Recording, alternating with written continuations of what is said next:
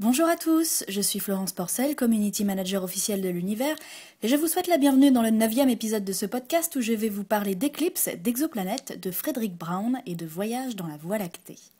Commençons par l'image de la semaine avec l'éclipse totale du Soleil le 14 novembre dernier en Australie, ce qui n'était pas arrivé depuis 1300 ans quand même dans cette région du monde. Une éclipse, c'est tout simplement le moment où la Lune passe pile poil entre la Terre et le Soleil, et elle est totale quand on se trouve dans l'axe d'un parfait alignement, donc c'est-à-dire quand la Lune occulte complètement le Soleil et pas seulement une partie. Et moi, ce qui m'a toujours impressionné, c'est que ce phénomène est le résultat d'une chance incroyable qu'on a, que la distance entre le Soleil et la Terre est quasiment le même chiffre que le nombre de fois où le diamètre du Soleil est plus grand que celui de la Lune. C'est pas très clair peut-être, alors disons que, vu de la Terre, la Lune est assez proche de nous pour avoir exactement le même diamètre que le Soleil, qui est situé évidemment beaucoup plus loin et qui est beaucoup plus gros. Ce qui fait que quand la Lune passe devant lui, elle peut complètement le faire disparaître sans non plus l'occulter trop puisqu'elle est assez petite pour laisser apparaître la couronne solaire. Bref, la Lune serait plus proche de nous, on verrait pas la couronne solaire, et elle serait plus éloignée, elle serait pas capable de cacher à 100% le disque solaire. On a donc bien de la chance. Mais elle ne durera pas cette chance puisque la Lune s'éloigne de la Terre à raison de 3,8 cm par an. Alors à notre échelle, c'est évidemment rien du tout, mais à l'échelle cosmique, ça fera un bon paquet de kilomètres, et la dernière éclipse totale que la Terre pourra observer sera dans moins de 600 millions d'années, avant que la Lune se soit éloignée de 23 500 km, la distance où elle ne pourra plus rivaliser avec le diamètre du Soleil. Profitons-en donc. Et j'avoue que j'adorerais assister à la prochaine éclipse totale le 20 mars 2015 pour en voir au moins une dans ma vie, d'autant plus qu'elle se situera au-dessus de l'Islande, des îles Féroé et de l'archipel norvégien du Svalbard, autant dire des endroits dont le nom me font rêver, quoi. Donc ce serait chouette si je pouvais y assister. Mais le système Terre-Lune-Soleil n'est qu'une infime poussière à l'échelle de notre galaxie, la Voie lactée, et on peut s'en rendre compte avec Google, qui l'a modélisé en 3D dans le cadre de ses expériences de développement en HTML5 notamment, sur Chrome, son navigateur. Et c'est le bidule connecté de la semaine, comme l'auront bien compris les personnes qui n'ont pas pigé la moitié des mots de ma dernière phrase. Alors c'est tout simplement un site où on peut partir du Soleil et où on peut zoomer en arrière jusqu'à voir la galaxie tout entière à partir de vraies données. On peut se balader un peu aussi, cliquer sur des étoiles pour avoir des infos, regarder en dessous, au-dessus, autour, etc. Je suis pas complètement convaincue pour le moment parce que dès qu'on s'éloigne un peu du Soleil, c'est plus une galaxie qu'on voit, c'est une galaxie de pixels. Et puis les fiches explicatives sont illisibles tellement c'est écrit petit. Mais c'est un début et j'espère que ça va s'améliorer. Alors évidemment, je mettrai le lien vers ce site dans le billet dédié à ce podcast sur mon blog. L'événement de la semaine, c'est la découverte par des astronomes d'une exoplanète errante située à environ 100 années-lumière de nous. Une exoplanète errante, c'est tout simplement un corps céleste de la taille d'une planète qui n'a pas d'orbite autour d'une étoile. Elle se déplace dans l'espace indépendamment de ce qui l'entoure, même si celle-ci semble faire partie d'un groupe stellaire nommé AB Doradus. Cette découverte est intéressante parce qu'il s'agit de la plus proche exoplanète errante découverte à ce jour et qu'elle se trouve éloignée de toute étoile, ce qui rend son observation beaucoup plus facile puisqu'elle n'est pas cachée par leur éclat aveuglant. Dans la vidéo qui a été réalisée par l'ESO, enfin c'est une reconstitution évidemment, on n'a pas vraiment réussi à la filmer, on la voit d'abord en lumière visible, donc en fait on la voit pas beaucoup parce qu'elle est froide et donc qu'elle n'émet pas de lumière elle-même et qu'elle ne reflète celle d'aucune étoile proche. Et ensuite, pour se rendre mieux compte, on la voit telle qu'elle serait dans l'infrarouge, c'est-à-dire bleue, parce qu'une grande partie de la lumière absorbée par cette longueur d'onde l'est par le méthane et par d'autres molécules qui se trouvent dans son atmosphère. Alors cette exoplanète aurait été éjectée de son système solaire et elle est importante parce que quand son statut d'exoplanète errante sera confirmé, elle pourra aider les astronomes à comprendre comment c'est possible de se faire éjecter d'un système solaire ou bien comment ces objets plus légers que des étoiles peuvent se former. Donc c'est une bonne nouvelle. Alors par contre, elle a un nom imbitable qui gâche un peu le truc. Elle s'appelle, accrochez-vous bien, CFBD-SIR 2149. Donc autant vous dire que ça va pas être facile tous les jours pour les astronomes qui travaillent dessus.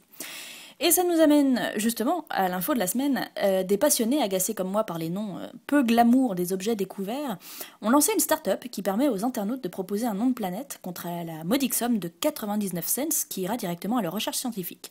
Alors ça, moi je trouve ça chouette comme démarche, ça me plaît bien en tout cas. Bon alors, le seul truc c'est que l'Union astronomique internationale, qui est le seul organisme habilité à baptiser les planètes, n'a rien à voir avec tout ça, hein, donc il n'est pas du tout sûr que ce grand livre des prénoms cosmiques serve un jour, mais on sait jamais, on sait jamais. En tout cas, à l'heure où je vous parle, 626 noms ont déjà été soumis, et ça permet en plus de financer la recherche pour le prix d'une chanson sur iTunes ou d'une baguette de pain. En plus, imagine le pied si une exoplanète porte le nom que t'as proposé, quoi. Le truc de ouf. Enfin bon, on n'en est pas encore là, hélas. Mais restons dans les exoplanètes avec le tweet de la semaine qui est l'œuvre de Fibre Tigre, c'est vachement dur à prononcer ça, hein, qui a dit l'autre jour « Découverte d'une planète habitable à 42 années-lumière, donc il capte nos émissions de télé d'il y a 42 ans, comme Interville, assumons ». Je sais pas si c'est très vrai, parce qu'il me semble quand même que ces signaux, les émissions de télévision, tout ça, ça voyage un peu moins vite que la vitesse de la lumière, mais ça m'a fait glousser d'imaginer des extraterrestres découvrir Interville, qui évidemment a moins de 42 ans, il me semble. Voilà, merci Fibre Tigre pour ce fou rire. Passons à la date de la semaine, à savoir le 15 novembre, jour du 274e anniversaire de la naissance de William Herschel, un astronome germano-britannique, et jour du 382e anniversaire de la mort de Johannes Kepler, un astronome allemand. On doit à Herschel la découverte d'Uranus et de 2 de ses satellites, la découverte de Mimas et Encelade, de l'une de Saturne, la découverte du rayonnement infrarouge, des étoiles binaires et de la forme approximative de la Voie lactée. Bref, il a été efficace. Quant à Kepler, il a étudié, entre autres, le mouvement des planètes sur leur orbite qui ont conduit aux 3 lois de Kepler, donc. Et c'est marrant parce qu'ils ont tous les 2 des cratères à leur nom, sur Mars pour Herschel, et un sur la Lune et un sur Mars pour Kepler, mais également des télescopes spatiaux, dont je vous parle souvent, qui ont été baptisés en leur honneur. Alors un satellite d'observation en infrarouge et submillimétrique pour Herschel, et le fameux télescope pour découvrir des exoplanètes pour Kepler. Côté culture, je voudrais vous parler d'un écrivain de science-fiction qui fait partie de mes classiques, de mes chouchous, de mes favoris. Il s'appelle Fredric Brown, il est mort en 72, mais je relis régulièrement ses livres et ça n'a pas pris une ride, c'est impressionnant. Ce que je préfère chez lui, c'est ses nouvelles. Ce mec était incroyable, et, enfin, ça se lit tout seul, il a de l'imagination pour 12, a un grand sens de l'humour, et il peut te retourner en une seule page comme en 15 ou 20. Donc si vous ne savez pas quoi lire ou que vous voulez vous initier à la science-fiction rigolote, ou pas d'ailleurs, hein, parce que certaines histoires sont vraiment poignantes, je vous conseille Lune de miel en enfer, Fantôme et farfafouille et Une étoile m'a dit, sont des recueils de nouvelles donc, et sans mauvais jeu de mots, vous m'en direz des nouvelles, voilà, c'était nul mais c'est pas grave. D'ailleurs c'est lui qui m'a donné envie de m'essayer à l'écriture de nouvelles de science-fiction. Et bien m'en a pris, puisque j'ai récemment participé à un concours organisé par la Cité de l'Espace où j'ai décroché le 3e prix. Voilà, je l'ai appris il y a quelques heures, je suis super contente. Et j'ai hâte de lire les 2 autres qui ont eu le 1er prix ex aequo. Mais restons dans les prix avec la personnalité de la semaine, qui est multiple d'ailleurs, puisqu'il s'agit des garçons de Podcast Science qui ont décroché un Golden Blog Award mercredi dernier dans la catégorie Science. Marie a déjà remis l'enveloppe, qui est le lauréat vainqueur Séverine. Podcast Science, la science sans prise de tête. On les applaudit très fort, excellent. Excellent, voilà, salut de Paris. FM. Bonne vulgarisation. Podcast Science. Un très beau dossier sur la science et la sieste que j'ai beaucoup apprécié. C'est un blog de passionnés, ils ont fait à peu près un billet par semaine, il y a plein de catégories, c'est très très très bon. Qui sont-ils? Alors ils sont beaucoup. Mais les 3 piliers de ce projet sont Alan, un journaliste de formation qui s'intéresse à toutes les sciences, toutes les formes de sciences, David, ingénieur et épistémologue qui est passionné de vie artificielle et qui a d'ailleurs un podcast sur le sujet, et Nico, qui adore les maths et qui dessine très bien.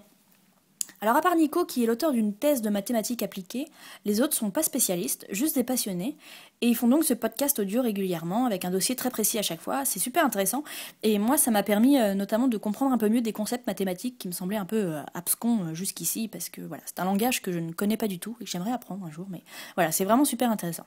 Donc à mettre dans vos favoris, si vous ne connaissez pas, ça vaut le détour, et encore, toutes mes félicitations pour ce Golden Blog Award, ça fait plaisir de voir que des passionnés non spécialistes peuvent avoir des distinctions comme ça, et avec tout le travail qu'ils fournissent, et voilà, c'est cool. Et bah c'est la fin de ce podcast, justement, je voudrais vous remercier encore de me faire squatter les classements iTunes des épisodes les plus téléchargés de la catégorie Sciences et Médecine, et de m'avoir hissé à la première place des podcasts vidéo, toutes catégories confondues.